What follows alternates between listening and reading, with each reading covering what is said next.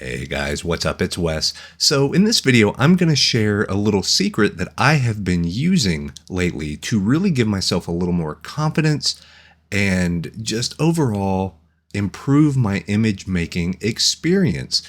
And it is a change of mindset a little bit. It is kind of structured within some sound advice that you might get from other artists or art books from the past.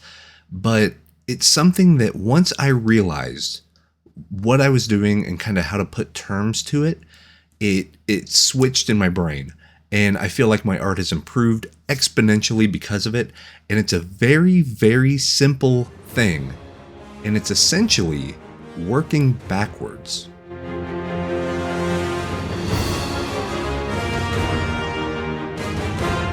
So here we go, back at it again with another video.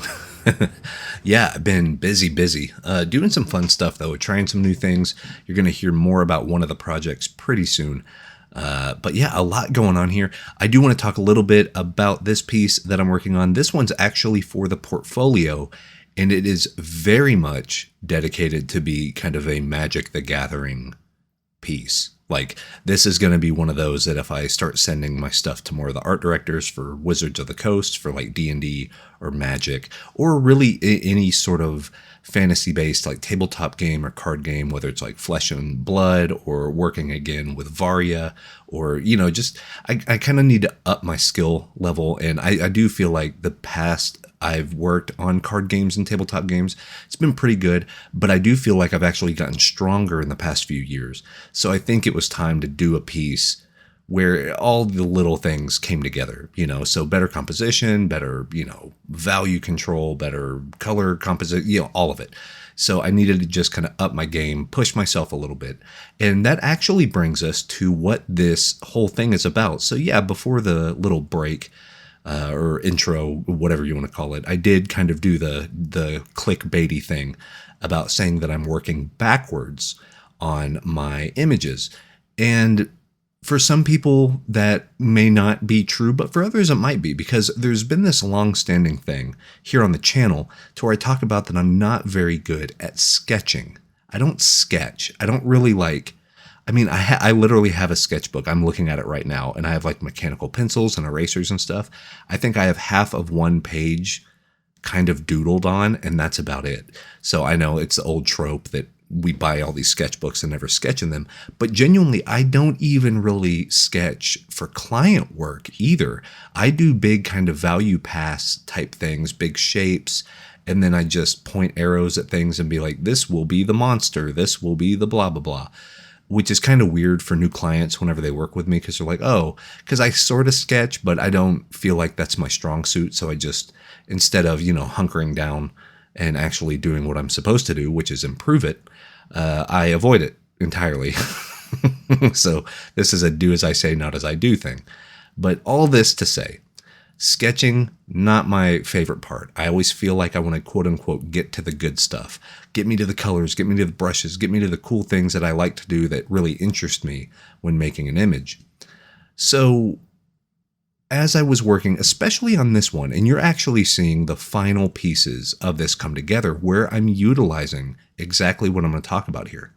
So normally your workflow and the way that you kind of learn how to make images, if you go to art school or if you watch like tutorials online and stuff like that, it's like, okay, well, what you're going to do is you're going to sketch out some thumbnails, and then you're going to, you know, pick the one that's the most dynamic, or maybe make the changes. Then you're going to put in your values and make sure your values work okay.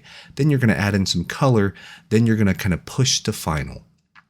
So there were some things that, you know, kind of confused me about that.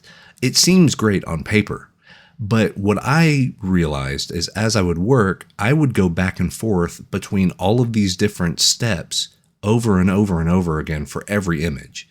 So I never felt like I had control over that method. Do you know what I mean? To where it was like, oh, well, now I'm done sketching, and now I'm going to add my values. Well, now I'm done with my values, and now I'm going to add my color. Well, now I'm done with my... It's never done. Every step has to constantly be tweaked or pushed or pulled, or, you know, it's a different mentality. I don't know what it is. I just can't follow the recipe, I guess.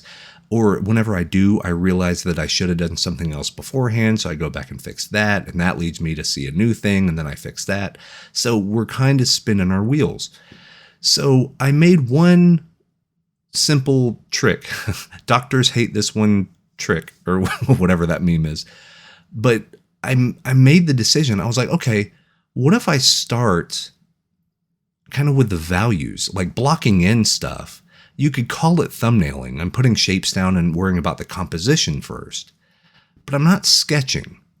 In fact, what I'm realizing is if I move sketching to the last step, it makes for a better image. And I've done this for quite a few of my most recent, portfolio pieces and stuff you may have seen on live streams and stuff. And I didn't really put terms to it, but I kind of, in the back of my head, I knew that's what I was doing, is saving the sketching for last instead of sketching for first.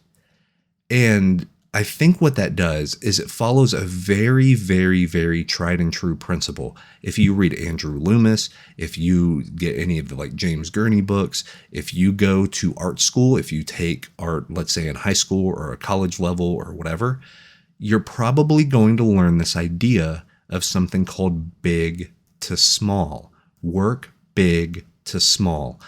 And that just means get down your big shapes, put them in the correct place, and then start filling in details. A lot of hobbyist artists and amateur artists, even some pro artists really, tend to get bogged down in the details way too quickly. And I think that's why I never connected with sketching, because in my mind, sketching is I'm drawing. Well, what do you draw? You can't draw value necessarily, because value is the difference between light and dark. I mean, you can do quote unquote shading or cross hatching, or you can represent value, but you can't do value. And the only thing you would be doing with sketching, in my opinion, is details. How does the leather strap connect to the thing? How does if this character has a bow staff, they're a martial artist, or it's like Donatello from the Ninja Turtles. What is the wrapping on the middle of his bow staff where he has it to where it's that's detail. That is pure detail through and through. And honestly, I feel like while that's very important, that can also come last. And I've been more excited to paint whenever I move that stuff to the last step. And the way I'm doing it here is essentially you can almost use your pencil or a smaller, hard round brush or kind of whatever your favorite quote unquote sketch brushes are. Use them the same way you would sketch, like a normal thumbnail or whatever, but do it in color. Use that pencil, use that graphite, use the whatever line tool you are to making your cross hatching, to making that stuff.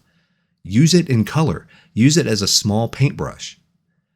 And what you're going to find is it gives this life to an image that already works, because the image itself is kind of done. You have your big shapes, you have your values, you have your shadows, you have your color, you have your harmonies, you have all the stuff that really makes an image. You have your edge control.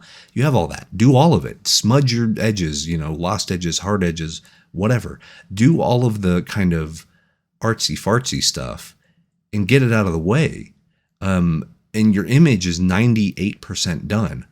And then for that last little bit, go in and sketch over it with color. Or what you could do, you could just have a kind of a nice mid-tone brush and go and sketch some stuff and then change that to a multiply layer, maybe on top of everything, and then you can lower that opacity. And that way it's going to catch some of the color that's already on your canvas and use those lines that you're adding for your sketching as the color itself. It's going to blend in a little better, right?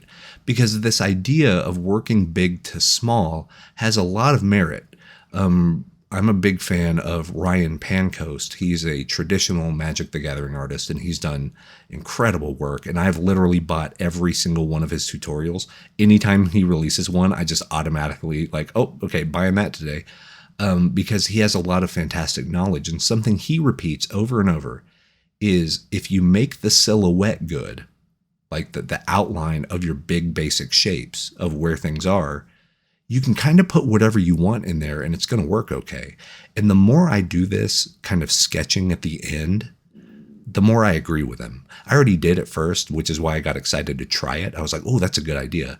And come to find out, that's a great idea because it completely, I don't know, it brings life to the end of the painting. Because so often I would run into this thing to where I would get bored. I got bored at the beginning because my sketching's not very good. So I'm doing the stuff that I'm not good at. And I don't like that. I don't like how it feels, and that's kind of an ego thing, but whatever.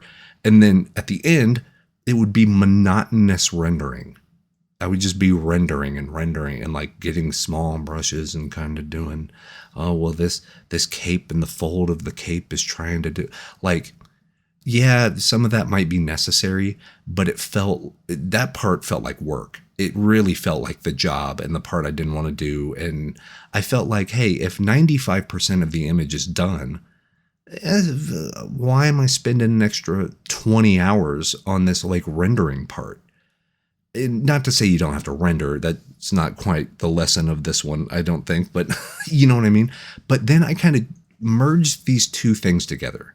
And I was like, well, wait, what if my quote unquote rendering was adding this details, working big to small. So this would be the small part, getting the details, the buttons on a shirt or the way the collar does whatever, how it drapes around somebody. Those details, what if I sketch those? Instead of thinking of it like a painting and rendering my painting, what if I get that fun excitement of putting down diagonal strokes and cross hatching? And what if I do that at the very end? And I started loving it because I was like, oh, this is more dynamic. It feels more fun.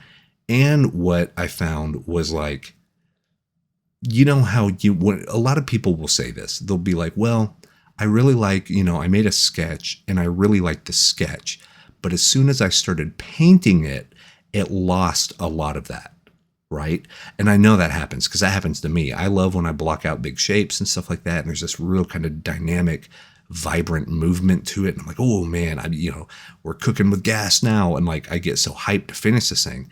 And then 15 hours go by and I'm like, where was that thing that I was excited about? This is just, it might be fine on a technical level or whatever, but it's just not exciting anymore. It doesn't get me going.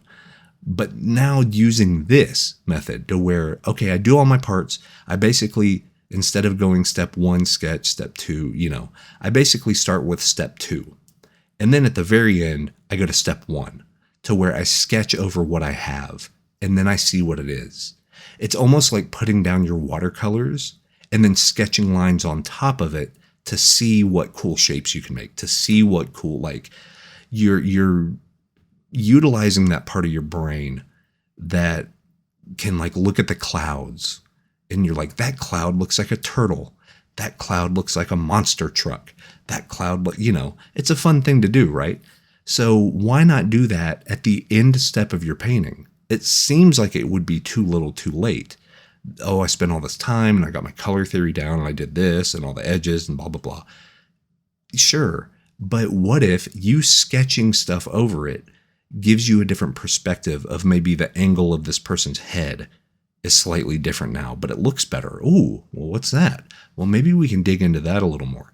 You're going to start surprising yourself. And the nice thing is, if you don't like the sketch, if you try this method and you don't like what you put down, you can just you can just delete the layer. That's the beauty of working digitally, is like you can try something like this, but I can almost guarantee you, in fact, I can guarantee you, I'm going to be using this method when I start doing my acrylics and ink washes and stuff. Whenever I go back to using more traditional stuff here soon, this is what I'm going to do. This is absolutely, I'm going to kind of block in the big shapes. I'm going to have an idea for it. Then I'm going to put down the paint, let the paint dry, and then come and actually probably sketch over it. So yeah, I'm excited about what this means. I'm excited that it's a shakeup of method, and it's something I've been searching for a while. But I think this sticks. This one really does feel like, oh, there's merit to this. And it's easy to do because it's a step I was going to do anyway, but instead of doing it at the very first of my image, I'm going to do it at the very end of my image and see how that works. And using, the great thing about using like graphite pencil brushes or like inking or something, like any ink brush, all of those brushes are going to have a subtle bit of texture, which are going to play with whatever you already have down there anyway. So that's it. I mean, this one's kind of a short one, but I wanted to give you guys a quick shout about this because I've been really liking this. And I wonder if this might be one of those things that if you try to implement it in your work, maybe in your process, maybe you can find more excitement at the end of it, the same way I did, rather than it becoming a slog. And like, I know I need to make this for a portfolio or for a client, but it's just not working well and I don't know what to do. But go in and sketch over top of what you already have and see what happens. Like, you might be surprised with yourself because you might re-see or relearn the thing that made this image interesting in the first place. And you can do that over and over. So maybe you love sketching. Maybe it's your favorite part. Sketch first, do the rest of the painting, and then sketch at the end again and see what happens. Because I'm telling you, there's something about that dynamicism, something about the sort of tactile nature of really quick, sketchy, throw it at the wall, see what sticks, sort of fun, engaging creativity instead of the formal, monotonous, or what can be monotonous. Sometimes I love rendering. Sometimes I put on a podcast or whatever, and I don't have to think about things, and I can be kind of mindless because I know what needs to get done and I can just do it. But if I want my stuff to really pop and start having more personality, I think this is a great way to go. In fact, I'm looking right now. I have a Age of Empires 4 background, my wallpaper, and it's a Craig Mullins piece. And I'm looking at it while I'm talking, and I'm noticing, I think he did this too, because I'm seeing some highlights and I'm seeing certain things that look like they came from either a small ink brush or a small graphite brush that he put on maybe like a vivid light layer or a hard light layer over top of his work to give it a little bit more of a pop. So that's something to consider. Yeah, it's funny. Now that I've started kind of learning and trying this method, the more I look around, the more I see other people doing it too. And maybe this is one of those hidden secrets that some artists have or something. But I just want to show it to you guys and kind of get our minds going together as far as like, oh, this is a cool idea. Maybe we can subtly break the rules, have a little bit of fun, see where this takes us, and see if this gives us a little bit of that chutzpah, a little bit of that bravado, the machismo, having some of the riz, as the kids call it, in your portfolio work. I think it'd be a lot of fun. So give it a shout. I'd love to hear what you think. Please give it a try. Go ahead, join up on the Discord. The links are going to be in the description. Share your art with us. We'd love to see it. But yeah, if you need any brushes, if you need assets, if you need some of my longer form tutorials, all of those are going to be available on my website at www.wesgardner.art. I even have a free brush pack up there for you. Just sent out my first newsletter a few days ago, probably about a week ago. Drafting up another one right now, kind of showing some behind the scenes things. So yeah, a lot of stuff going on, a lot of fun. And I can't wait until we talk again. I have been doing live streams as well. So if you see me live, I'd love to see you there as well. But that is my time. You guys take care. Go make cool art. And we will see you next time. Peace.